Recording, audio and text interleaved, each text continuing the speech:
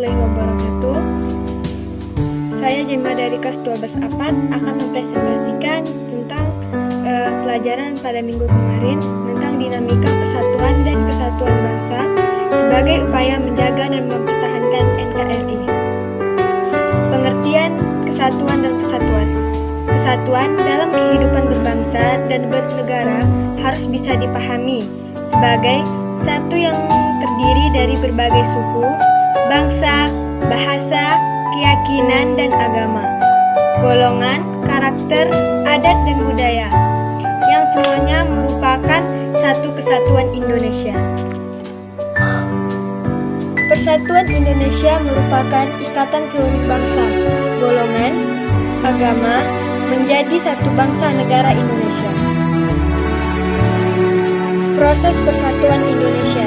Yang pertama, pada masa Kerajaan Sriwijaya pada abad ke-7 sampai dengan abad ke-11 yang berpusat di Palembang, Sumatera Selatan. Yang kedua, pada masa Kerajaan Majapahit pada abad ke-13 sampai dengan abad ke-15 yang berpusat di Mojokerto, Jawa Timur. Yang ketiga, pada masa perintis tahun 1908 sejak berdirinya Budi Utomo. Yang keempat, masa penegak Sumpah Pemuda dalam Kongres Pemuda kedua pada tanggal 28 Oktober 1928. Yang kelima, pada masa realisasi, yaitu pada masa proklamasi 17 Agustus 1945. Yang keenam, pada masa memupuk dan menjaga persatuan bangsa. Selanjutnya, tahap-tahap pembinaan persatuan Indonesia. Yang pertama, perasaan senasib sebagai bangsa terjajah menjadikan bangsa Indonesia mengesampingkan perbedaan dalam melawan penjajahan. Yang kedua, kebangkitan nasional yang ditandai dengan berdirinya Budi Utomo pada tahun 1908 menjadi awal gerakan untuk mencapai Indonesia merdeka. Yang ketiga, Sumpah Pemuda tahun 1928 sebagai kebulatan tekad untuk bersatu. Dan yang keempat, Proklamasi Kemerdekaan. Landasan Indonesia sebagai negara kesatuan terdapat pada yang pertama pada alinea keempat pada pembukaan Undang-Undang Dasar 1945, yang kedua pada pasal 1 ayat 1 UUD 1945, yang ketiga pada pasal 18 ayat 1, yang keempat pada pasal 18B ayat 2, yang kelima pada pasal 25A, dan yang keenam pada pasal 37. Selanjutnya, hakikat negara kesatuan. Kedaulatan tidak terbagi-bagi, baik keluar maupun ke dalam, dan kekuasaan pemerintah pusat tidak bisa dibatasi. C.F. Strong, Negara Kesatuan. Yang pertama, wewenang legislatif tertinggi ada pada Badan Legislatif Nasional. Yang kedua, kekuasaan negara ada pada pemerintahan pusat. Dan yang ketiga, pemerintahan dapat menyerahkan kekuasaan kepada daerah berdasarkan hak otonom. Selanjutnya, ada dua sistem negara kesatuan. Yang pertama, sentralisasi. Sentralisasi itu adalah penyerahan kekuasaan sekaligus wewenang politik dan wewenang administrasi pemerintahan kepada pemerintahan pusat secara utuh.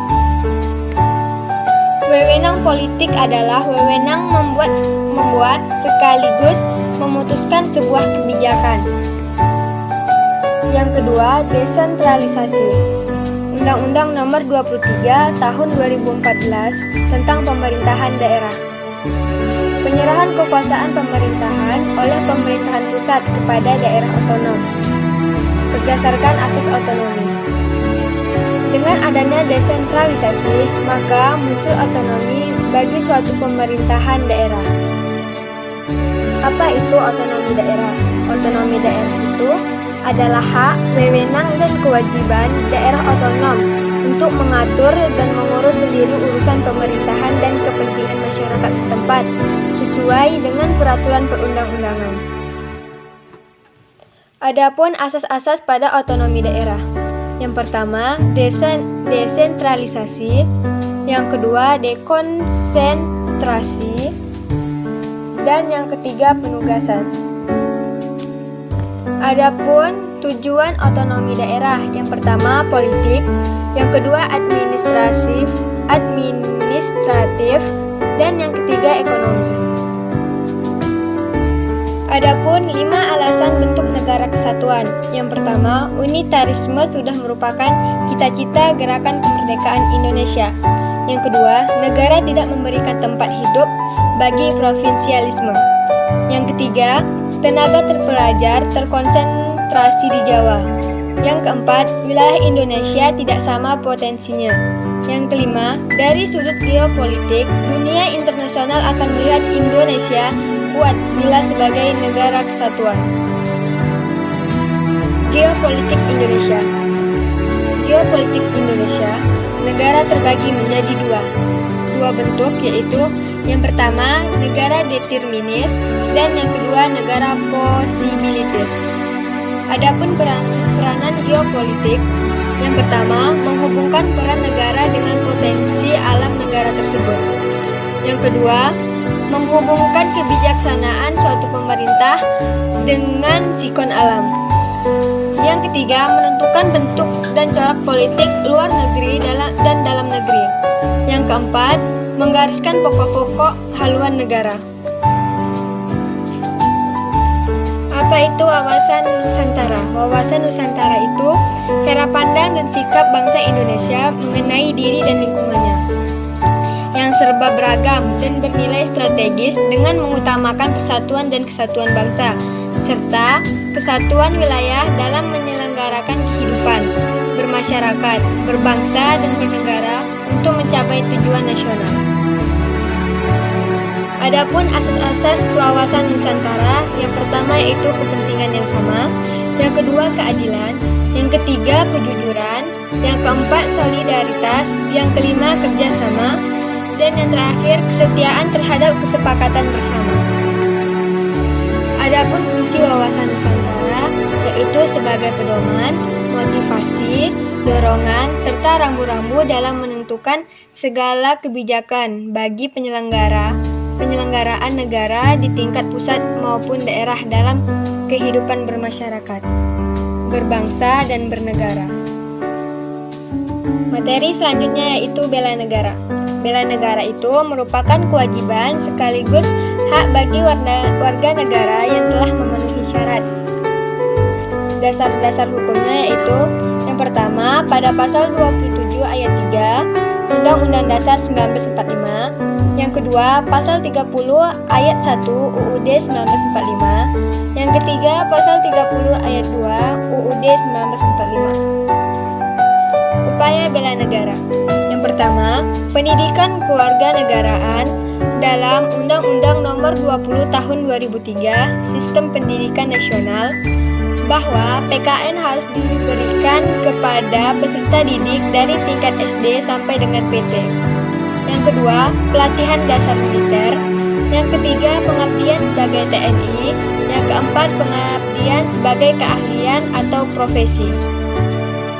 TNI dan Polri. Dasar hukumnya, yang pertama, Undang-Undang Republik Indonesia Nomor 34 Tahun 2014 TNI. Yang kedua, Undang-Undang Republik Indonesia Nomor 2 Tahun 2002 tentang Kepolisian Negara Republik Indonesia. Yang ketiga, TAP MPR Nomor 6 Tahun 2000 tentang pemisahan TNI dengan Kepolisian RI. Nilai-nilai yang terkandung dalam semangat kebangsaan. Yang pertama, pro patria dan primus patrialis, yaitu mencintai tanah air dan mendahulukan kepentingan tanah air. Yang kedua, jiwa solidaritas dan setia kawan. Yang ketiga, jiwa toleransi dan tenggang rasa antara agama, suku, golongan, dan bangsa. Yang Yang keempat, jiwa tanpa pamrih dan tanggung jawab.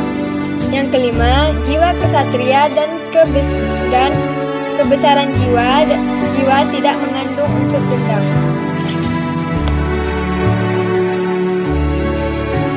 Sekian penjelasan dari saya, lebih dan kurang mohon maaf. Wassalamualaikum warahmatullahi wabarakatuh.